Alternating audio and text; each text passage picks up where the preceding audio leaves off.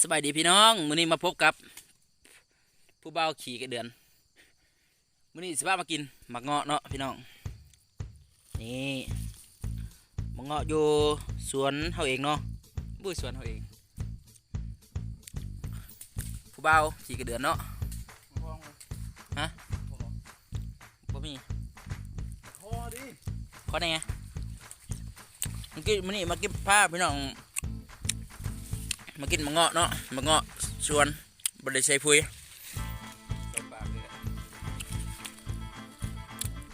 มีไว้ทุกอย่างพี่น้องใครอยากกินมากินเด้อรักรถ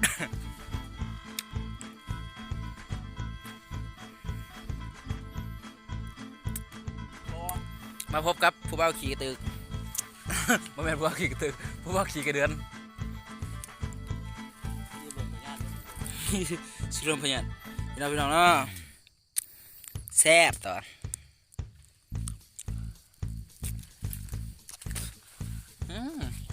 นักขีดาพี่น้อง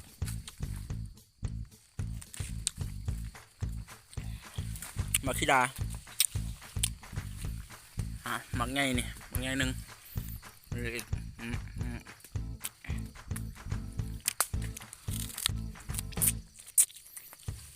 แซ่บอยู่พี่น้องทุยแต่หมดมาเงาะเด้อพี่น้องเด้อมาเงาะเด้อนี่เด้อมากินอยู่สวนได้บรรยากาศม่วนๆหลังจากฝนตกมาแล้วยำคำยำแรงเนาะนี่ก็เป็นเวลาอยู่4 โมงเนาะประมาณ4 โมงเนี่ยลืมเบิ่งมันย่างเลาะสวนหาเห็ดปวกเนาะแต่บ่เห็นเห็ดปวกก็เลยมารอกินวะมาแวะกินมาเงาะแซ่บหวานร้านพี่น้อง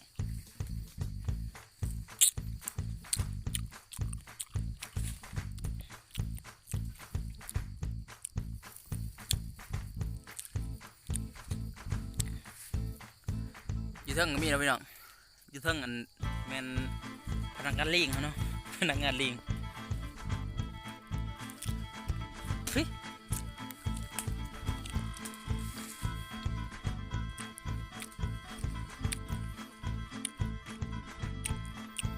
กินดีอยู่ดีพี่น้องอยู่สบายยำคำยำแรงมาฝนตกเนาะพี่น้องมื้อนี้บ่ได้ไปใส่เลยพากันออกหากินเงาะ เดี๋ยวดีสัตว์จะเอามาช่องบ้านนี่เอาดิ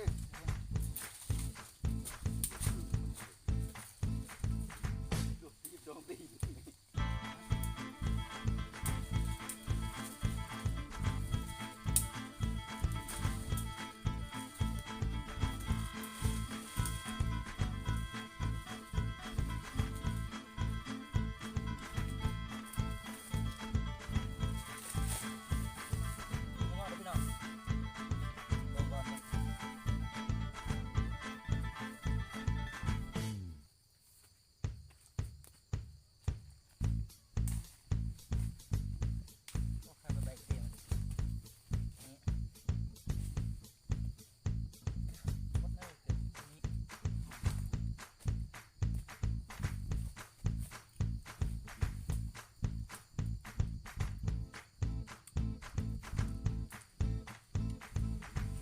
พี่น้องครับเบากิ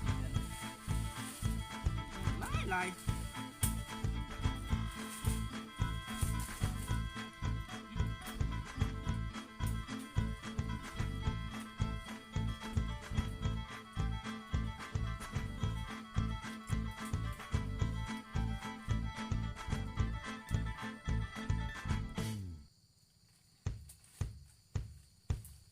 มา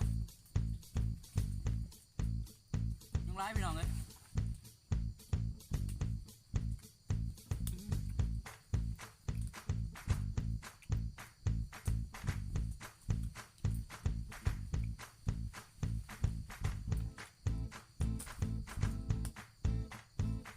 อยากฮะ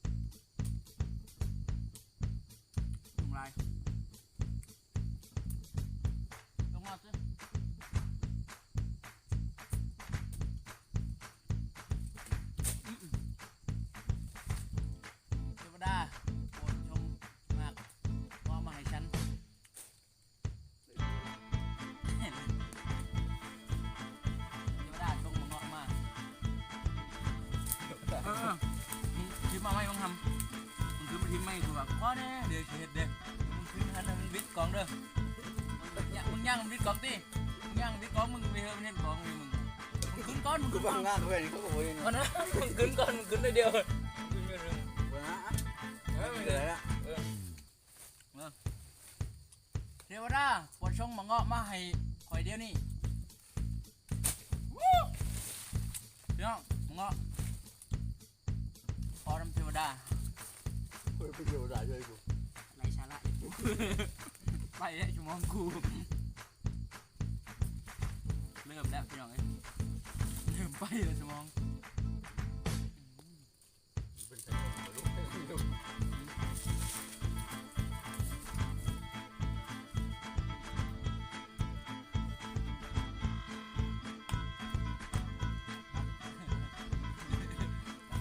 ม่ขโมย เยอะนะมัน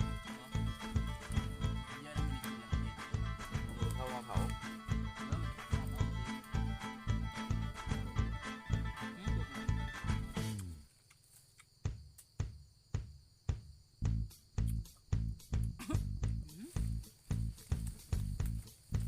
กินจริงกินขวบ เย็นกูเจ้า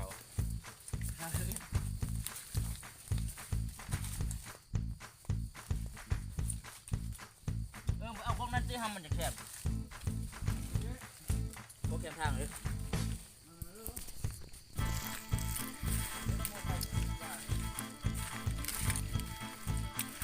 มาเงาะพี่น้องมันอาจจะซุปบะคักเนาะเนี่ยว่ามันเลือจากเอาไปขายแล้ว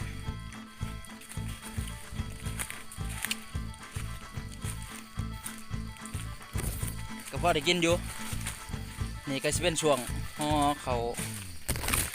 พันชาเลยห่อเขาสลากห่อเขาพันชาบาดใส่เดี๋ยวทำขึ้นติเยี่ยมหรอเยี่ยมคือกันนะ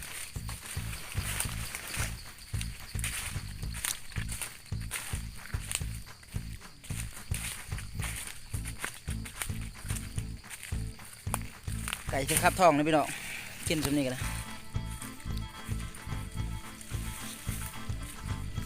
มากินสวนผู้บ่าวขี่กระเดือนเนาะยำคำยำแรงนี่บรรยากาศยามแรงบ้านเฮาอยู่สวน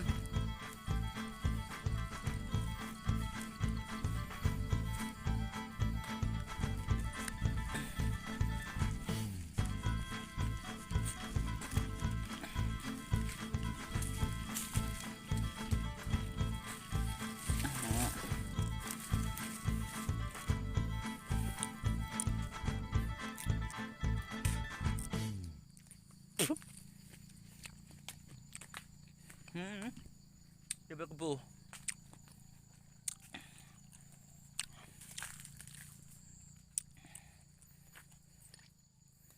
กูเบาขี่กระเดือนเนาะมากันยังจะถือ หมูข้าว เอาพาบ้านจับวันนี้เฮ้ยกระเจรถเฮ้ย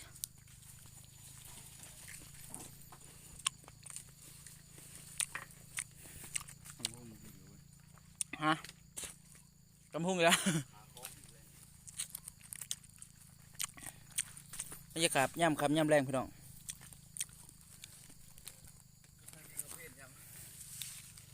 ชิมาบ้านเนาะพี่น้องไอ้ห้อง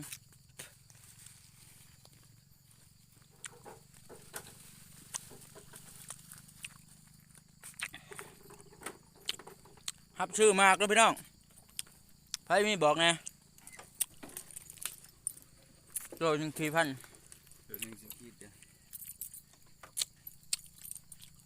ขันลายสิไปชื่อ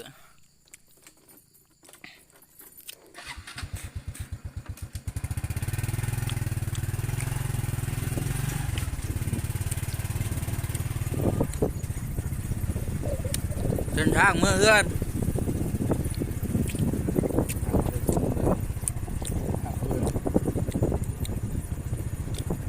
เห็นบ่เด้ต่อกับแสงตะเวน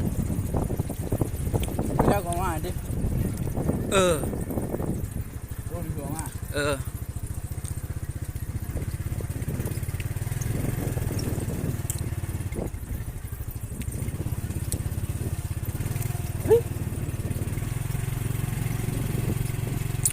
ไก่เสียหอดทางเส้นทางใหญ่เนาะพี่น้องเส้นทางลูกลัง ลูกลัง ขายดอกขายที่บ้านไม่น่ากับว่าไม่ได้กิน ฮะ ขายดอกขายที่บ้านไม่น่ากับว่าไม่ได้กิน ค่าดอง50 ล้านเบิ่งทางเขาบ้านตีมีแต่หินบรรยากาศแนมครับยามแรงมาพบกับเฮาได้เนาะประจำเนาะในสองของผู้บ่าวขี่กระเดือนวัยรุ่นขี่กระเดือนเนาะ ไม่น่าจะทำ ฝากติดตามเฮาในเดือนในสองของเนาะวัยรุ่นขี่กระเดือนโอ้ผมกิน กินได้ไม่ดี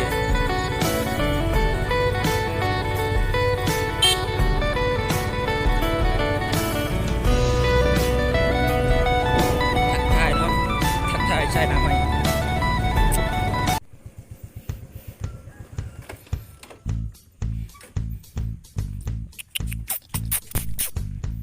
ฮอดเทือนเลยพี่น้องโอ้นี่มะเงาะก็เอามาชมนี่ งอกมาเยอะนี่หว่า อันเดียวแช่ไว้จนหอมดีทาง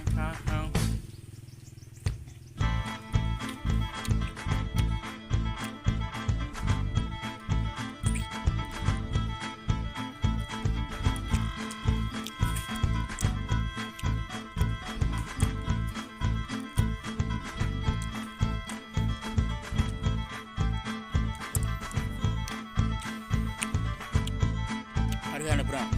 ขอจบคลิปเพียงเท่านี้จะไปเฮียกก็บ๊ายบายบายทำ